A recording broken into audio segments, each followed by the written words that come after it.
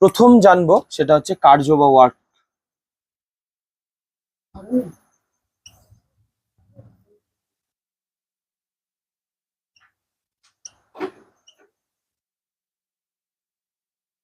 আচ্ছা, তোদের কাছে কার্য করা কোনটা বলে, কাজ করা কোনটাকে বলে? মানে ফিজিক্স ভাবে না, সাধারণ বাংলা ভাষার কার্য বলতে কাজ কর, যেরকম কি কি কাজ হয় আমাদের? পড়াশোনা করাও একটা কাজ, তাই না? খেলাধুলা করা একটা কাজ, জীবনে যেটাই করলাম, ঘুমানো একটা কাজ বলা হয়, তাই তো? এটাকে ক্রিয়া বলি বাংলা ভাষায়।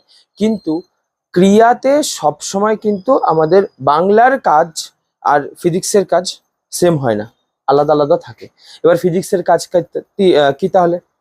ফিজিক্সের কাজ হলে দুটো জিনিস সবসময় মনে রাখতে হবে, দুইটা কথা থাকবে। একটা কথা হলো, ফিজিক্সে যদি কাজ করতে হয় তাহলে কিছু না কিছু বল প্রয়োগ করতে হবে। বল প্রয়োগ, বলের একক কি? নিউটন।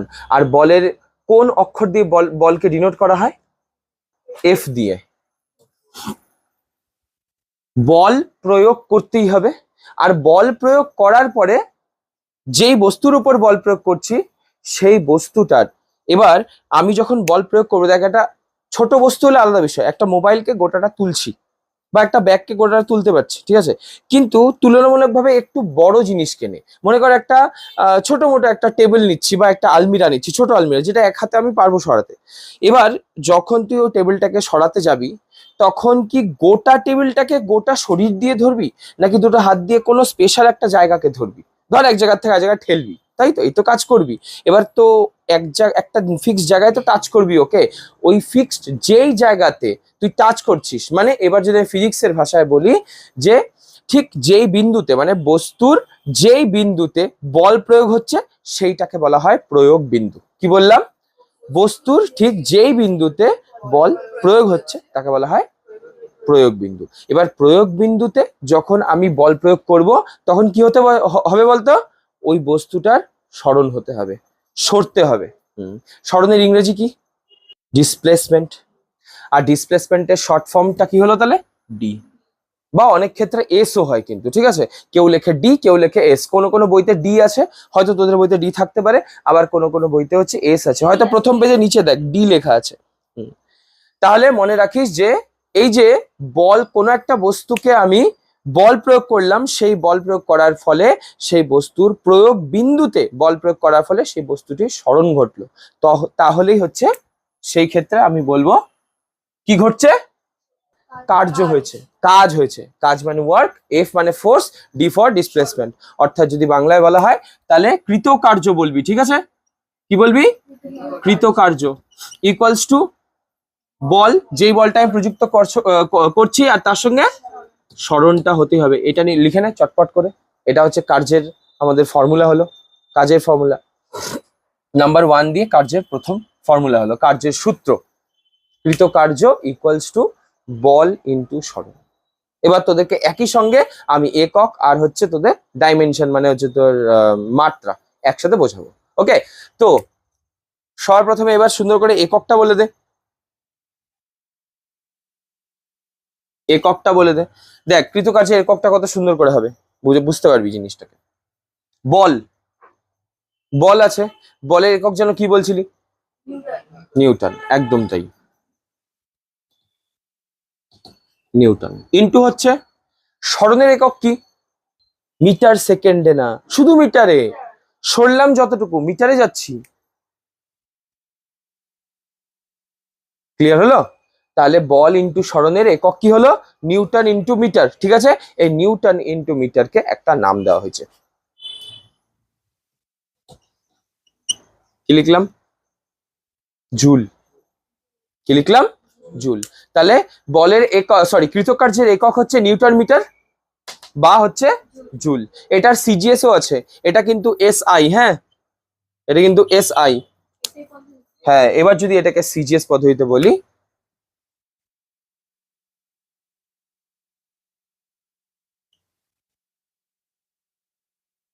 নিউটনটা কি হয়ে যাবে?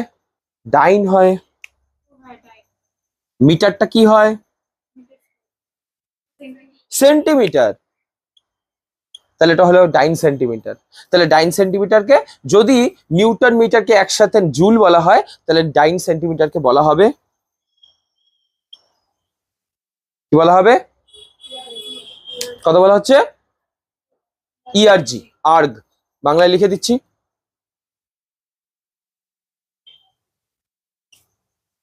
আর্গ। আর এটাকে বলা হবে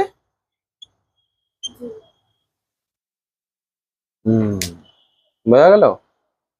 আচ্ছা, তাহলে নিউটন মিটার যেটা কিনা জুল, আর ডাইন সেন্টিমিটার যেটা কিনা আর্গ। জি না, গয় উচ্চারণ করবি, আর্গ। ঠিক আছে, এবার আমরা এদের মধ্যে সম্পর্কও যাব। এদের মধ্যে সম্পর্ক আছে, সুন্দর সম্পর্ক বের করতে পারবি। কি রকম? 1 নিউটন আছে, তার সঙ্গে মিটার, তাই না? নিউটন মিটার তো, তাহলে 1 জুল, 1 জুল মানে 1 নিউটন মিটার হলো। আচ্ছা, এবার এটাকে ভাঙবো আমি। 1 নিউটন মিটার, হ্যাঁ। আচ্ছা, নিউটনকে ডাইনে কনভার্ট করলে তোরা বলতে পারবি কত দিয়ে গুণ করতে হয়? 10 টু দি পাওয়ার 5। 1 মিটার মানে কত সেন্টিমিটার? 100 সেন্টিমিটার। 100 কে পাওয়ারে কত লেখে? 100 মানে কটা জিরো? তাহলে 10 টু দি পাওয়ার কত হবে? 10 এর মাথায় কত লিখবো? কটা জিরো? এবার তাহলে নিউটনটা হয়ে গেল ডাইন, আর মিটার হয়ে গেল, বোঝা গেল? এইবার 1 ইন্টু 10 টু দি পাওয়ার 5 আর 2, 5 আর 2 মিলে কত হচ্ছে তাহলে? 10 টু দি পাওয়ার 7। ডাইন সেন্টিমিটারকে কি বলা হয়?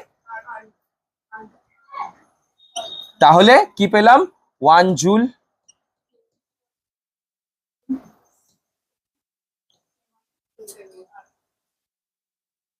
One joule equals to 10 to the power 7।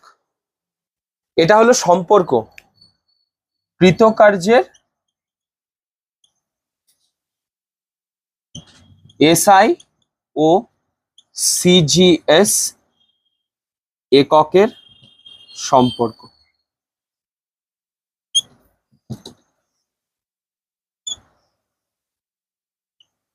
Okay, এইটুকুটা dimension মানে হচ্ছে মাত্রা, কার্যের মাত্রা। তাহলে ফর্মুলাটা আগে লিখি, W equals to F into D. তাহলে এবার একটা একটা করে মাত্রাকে বের করব আমরা। এফ, নিউটনের দ্বিতীয় গতিসূত্র অনুযায়ী এফ মানে ফোর্স ইজ ইকুয়াল টু হচ্ছে মাস ইন্টু অ্যাক্সিলারেশন, মানে হচ্ছে ভর ইন্টু ত্বরণ, এম ইন্টু এ। ঠিক আছে, আর ডি মানে তো দূরত্ব আছে। ভরের ভর, ভর তো কেজি দিয়ে ডিনোট করে, তাই ভরের মাত্রা হলো capital M into A. A মানে হচ্ছে ত্বরণ, ত্বরণ মানে হচ্ছে metre per second square. Metre, যদি মিটার বলা হয় তাহলে মিটার হচ্ছে দৈর্ঘ্যের একক, তাই ওটা এল হলো। পার সেকেন্ড স্কোয়ার মানে হচ্ছে টি স্কোয়ার, টি মানে তো সেকেন্ডের, ইন্টু আবার ডি মানে কত? ডি মানে হচ্ছে ডিস্টেন্স, মানে হচ্ছে দূরত্ব, দূরত্ব মানে হচ্ছে আবার এল, এল, এল মানে লেন্থ মানে দৈর্ঘ্য। ঠিক আছে, এবার একসাথে সবাই কি করে দিই?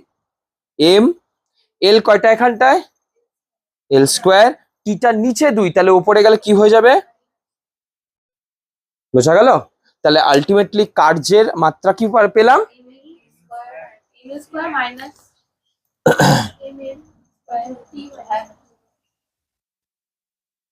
কার্যের মাত্রা is equal to M L square T to the power minus. বোঝা গেল? এই যে মাত্রা বেরোলো, লিখে নে।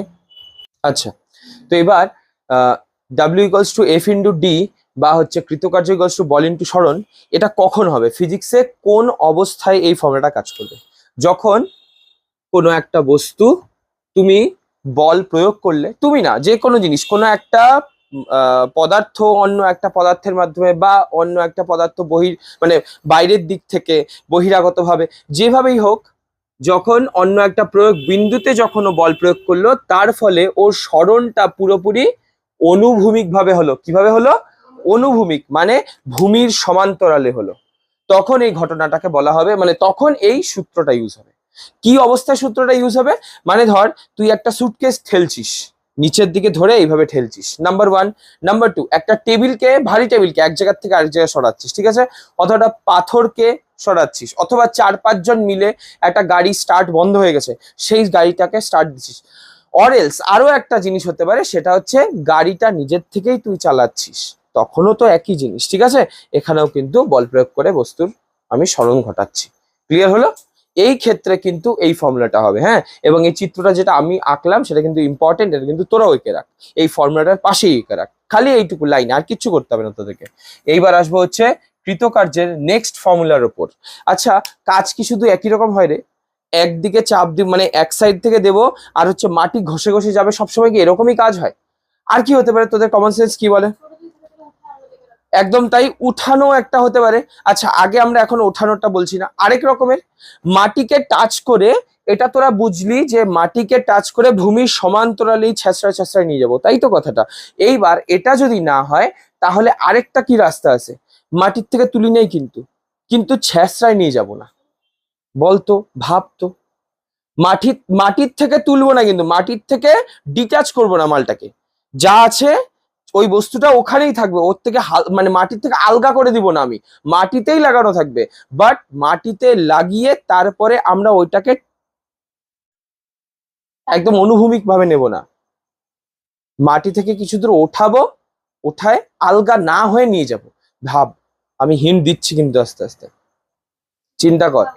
মাটি থেকে তুলবো না একদম, মানে ভূমির থেকে ওটা স্পর্শহীন করব না, মাটির মধ্যে লাগিয়ে থাকবে, বাট সেটাকে আমি ঘষায় নিয়ে যাব না। হ্যাঁ, একদম তাই, ট্রলি। ট্রলি ট্রলি কাজ কেমন করে করে চিন্তা কর, কিভাবে কাজ করে। এই তো, এই তো সুটকেসটা, তাই না? এরকম থাকে সুটকেসটা, এইখানটা থাকে চাকা, এবং এই থাকে তোদের হ্যান্ডেলটা।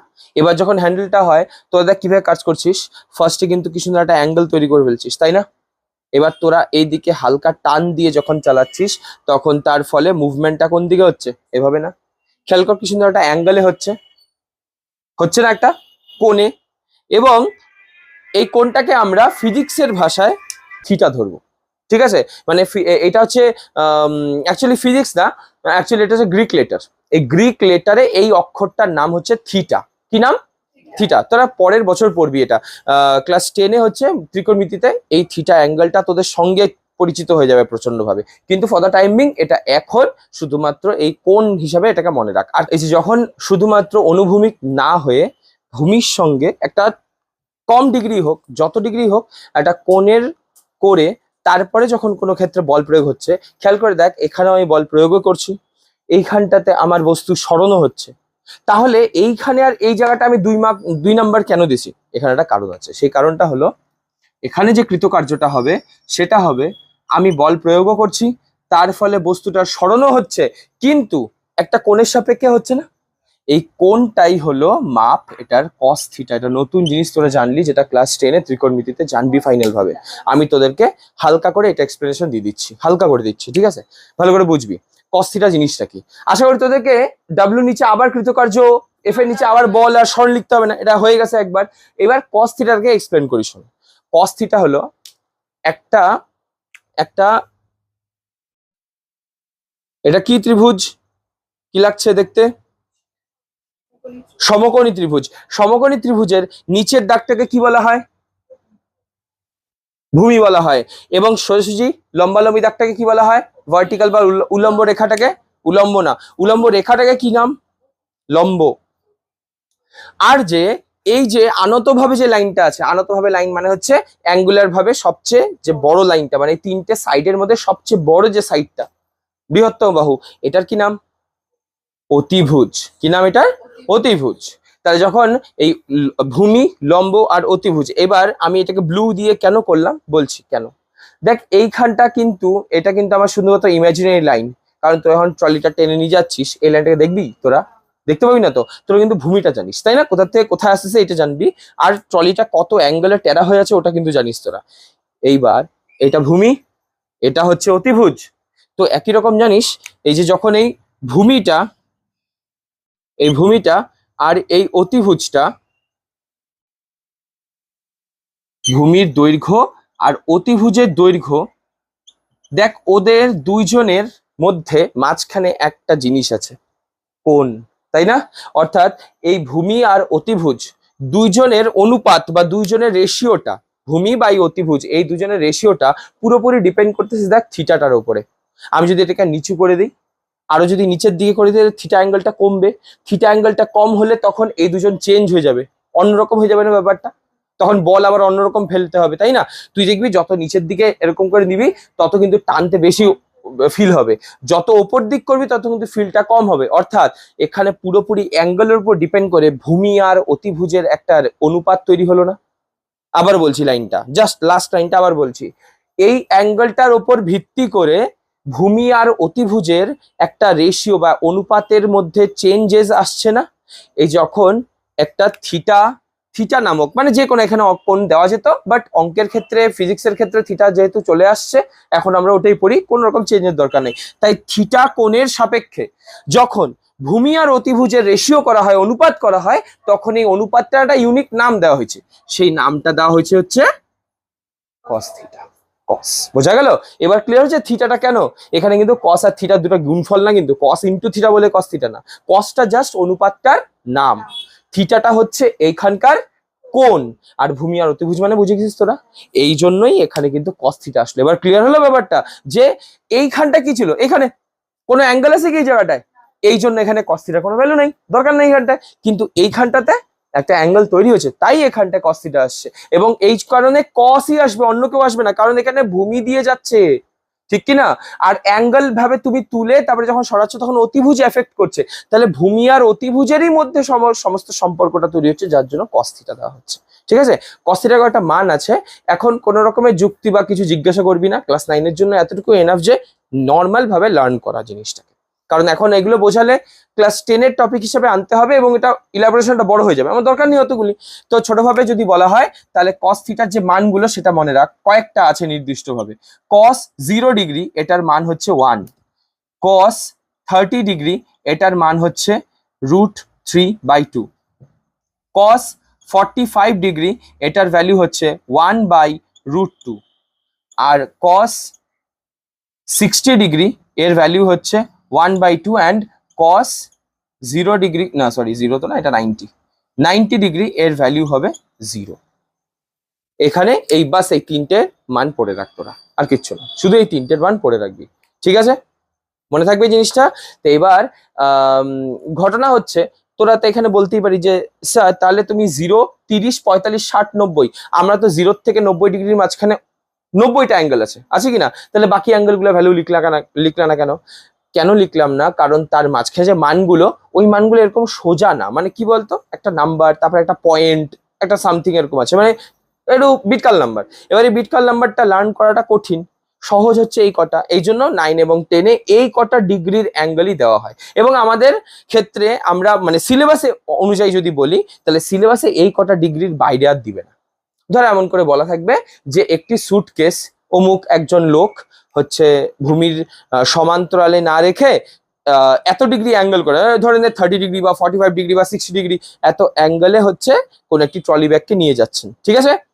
বস্তুটি যদি 5 মিটার দূরত্ব অতিক্রম করে এবং হচ্ছে তার বস্তুর উপর যদি বল প্রয়োগ হয় হচ্ছে 20 নিউটন, তাহলে বের করো যে কৃতকার্য কত হলো। তখন তোরা এখানে 20 নিউটন বসাবি, ডি এর জায়গায় 5 মিটার বসাবি, আর কস থিটার জায়গায় তোরা তখন 60 ডিগ্রি বা 45 যে ডিগ্রিটা দেবে সেটা বসাবি, তারপরে ভ্যালুটা এখান থেকে বসিয়ে দিবি, ক্যালকুলেশন করবি, যেটা আসবে ওটাই হচ্ছে আমাদের কৃতকার্য।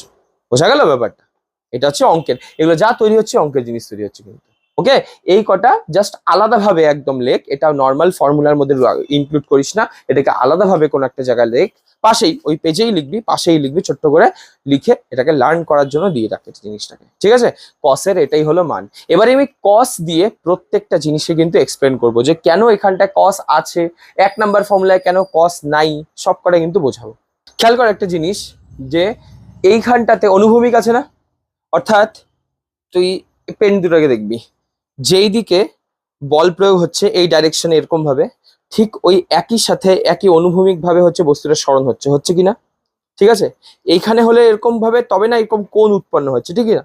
যখন এরকম ভাবে দুজন একই একসঙ্গে অনুভূমিক ভাবে আছে, সমান্তরালে আছে, তখন এখানটায় কত ডিগ্রি তৈরি হয়েছে? এই জায়গাটা কত ডিগ্রি হয়েছে? এই জায়গাটায় বল 0 ডিগ্রি তৈরি হয়েছে। তাহলে যদি এই ফর্মুলাটাই অ্যাপ্লাই করি আমরা, cos 0 এর মান কত লেখা আছে? 1। তাহলে ভাব f ইন্টু ডি ইন্টু এখানটা কত বসবে? তাহলে 1 বসবে। এই জন্য এবার কোনো জায়গায় 1 গুণ হলে ওইটাকে একটাকে লেখে কখনো? এক্স এর সামনে 1x হলে 1 লেখে কখনো? লেখে না। এই জন্যই এই জায়গাটা cos এর দরকার নেই। তাই বলি কি এখানে cos থিটাটা নাই? অবশ্যই আছে, যেহেতু ভূমির সমান্তরালে মানে হচ্ছে অনুভূমিক ভাবে আছে, তাই দেওয়ার দরকার নাই। ক্লিয়ার হয়েছে না? এই জন্যই কিন্তু ওখানে cos এর ভ্যালু নাই। ঠিক আছে, এইবার দেখ cos এর ভ্যালু থাকবে এবং সেটা থাকার ফলে কত ডেঞ্জারাস একটা জিনিস হয়ে যাবে। ঠিক আছে, কত ডেঞ্জারাস জিনিস, মানে সবাই রাগারাগি করবে। এবার হলো এই 2 নাম্বারের মধ্যে একটা জিনিস আসবে, খেয়াল কর, যদি W equals to F into D into দুটাই হয়েছে, বল প্রয়োগও হয়েছে সরণও হয়েছে, কিন্তু cos হয়ে গেছে 90 ডিগ্রি, এটা তো অসম্ভবের কিছু নাই রে, ঠিক কিনা? বল প্রয়োগ করাচ্ছি এভাবে, কিন্তু এইভাবে নিয়ে যাচ্ছি, অর্থাৎ 90 ডিগ্রির ক্ষেত্রে পিকচারটা কিরকম হবে, তাই না? ধর বল প্রয়োগ হলো এইদিকে, এইভাবে বল প্রয়োগ হচ্ছে, ঠিক আছে, সরি ভুল করলাম, ধর বল প্রয়োগ হচ্ছে এইভাবে আর বস্তুটা সরণ হচ্ছে এইভাবে, বোঝাতে পারলাম? বল প্রয়োগ ওপর দিকে, বস্তুটা সরণ এইভাবে, মানে বল দেখি এই কাজটা কিন্তু জানিস তো? হ্যাঁ, একদম ঠিক, বালতি নিয়ে যাওয়া আর কোনো কিছু তোলা, একদম তাই।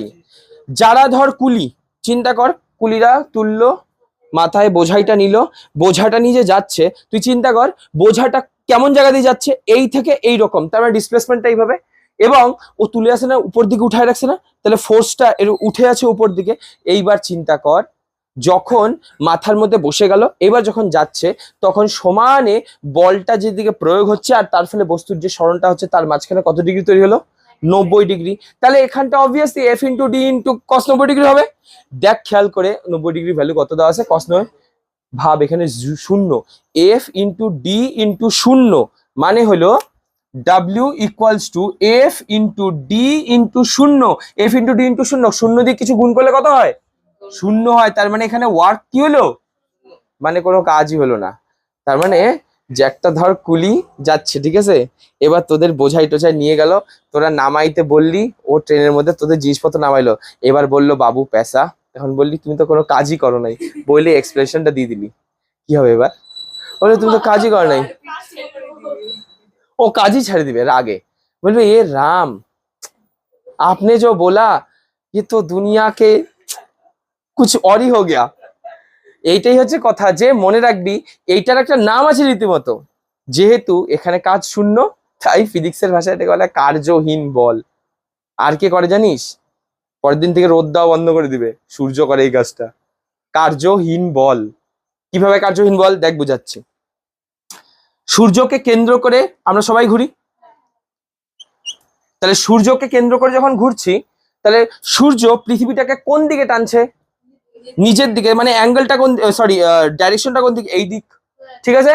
কিন্তু পৃথিবীটা কোন দিকে যাচ্ছে? এইভাবে যাচ্ছে, কি গোল যাচ্ছে না?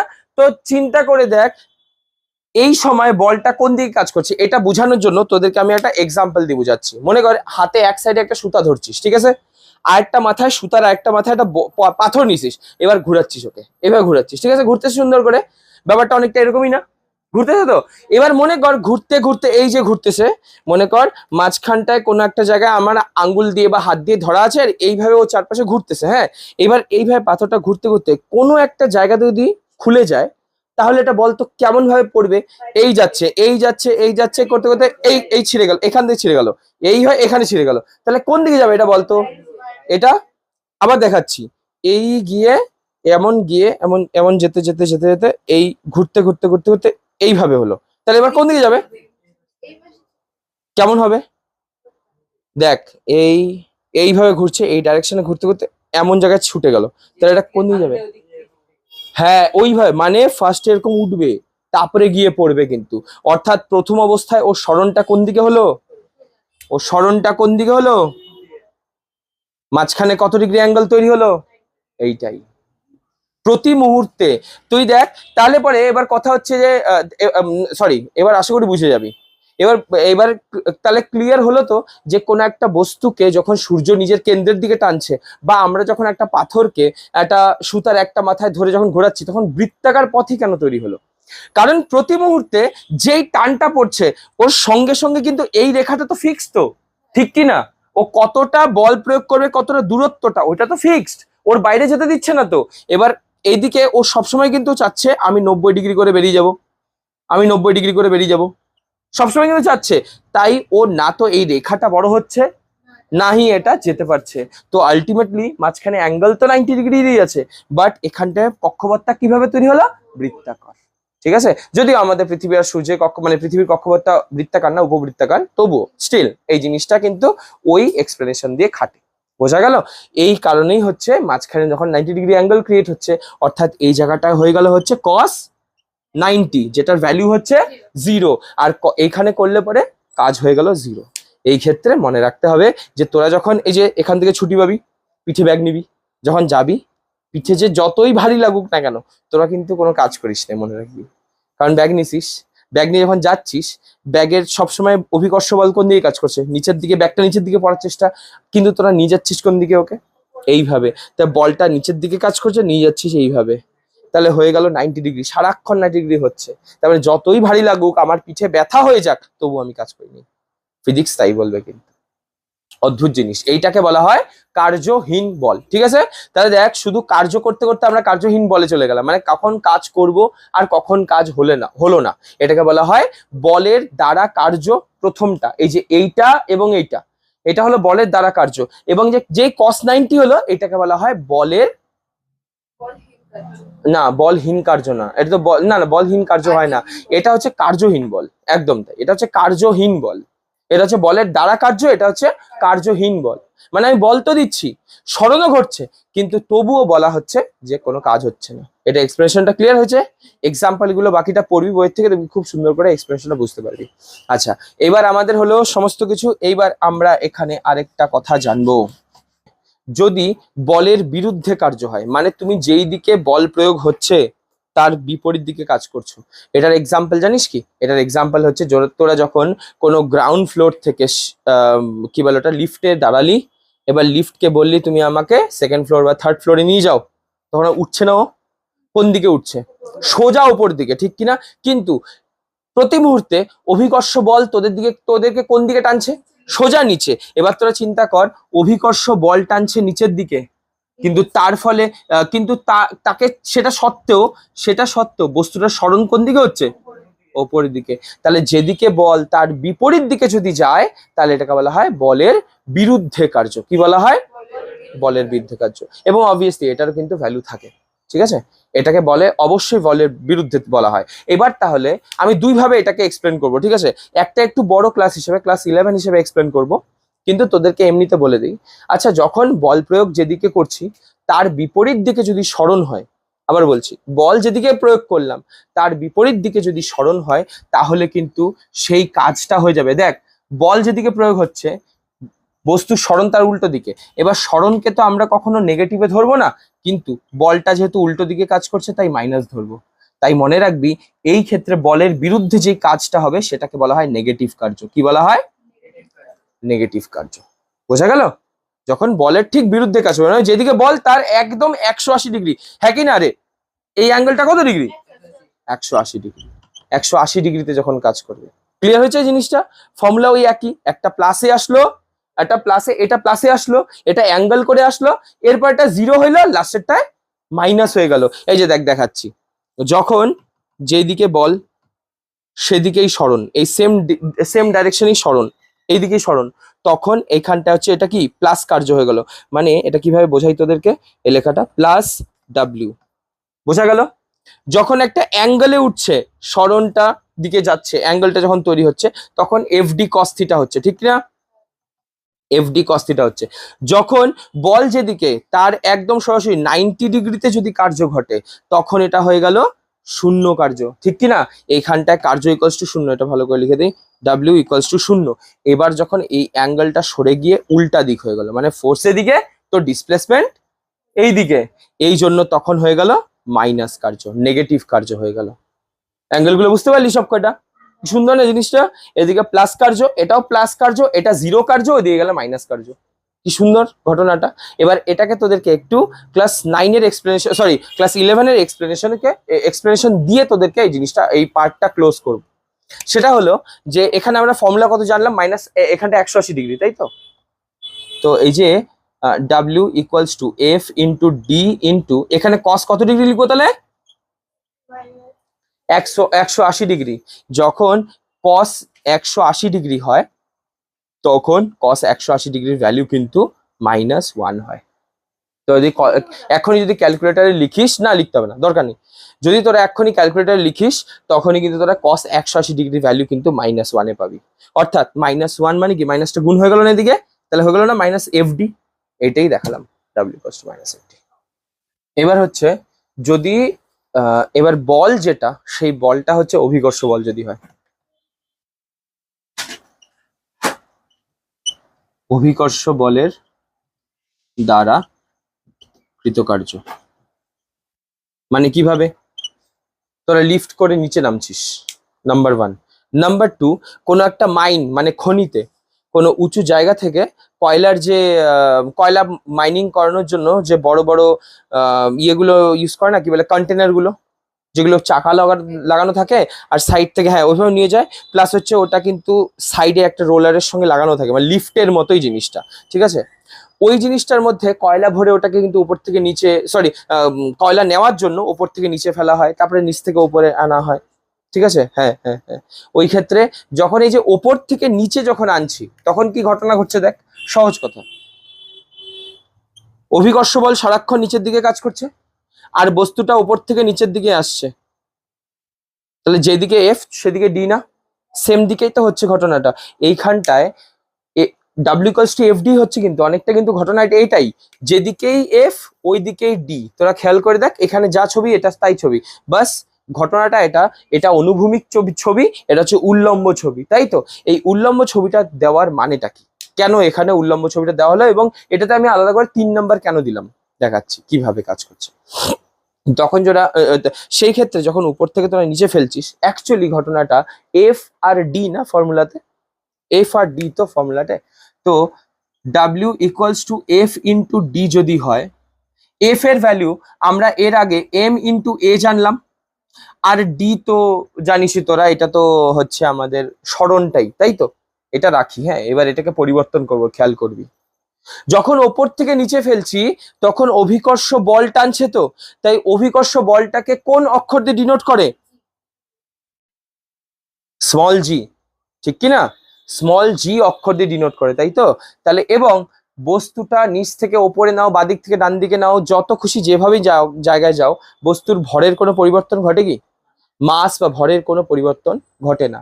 তাহলে এম, এবার এর জায়গায় তাহলে আমি কি লিখবো? এও তো অভিকর্ষজ, এও তো হচ্ছে ত্বরণ, এইভাবে গেলে অনুভূমিক ভাবে গেলে এ হচ্ছে ত্বরণ, অ্যাক্সিলারেশন, কিন্তু যদি ওপর থেকে নিচে যায় তাহলে ওটার নাম অভিকর্ষজ ত্বরণ, ঠিক কি না? অভিকর্ষজ ত্বরণকে কোন অক্ষর দিয়ে ডিনোট করে? জি দিয়ে। তাহলে এর জায়গায় কি লিখবো? জি লিখবো।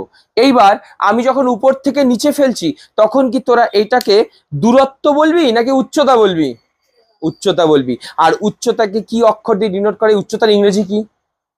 হাইট। হাইটের শর্ট ফর্ম মানে ইনিশিয়াল প্রথম লেটার এইচ।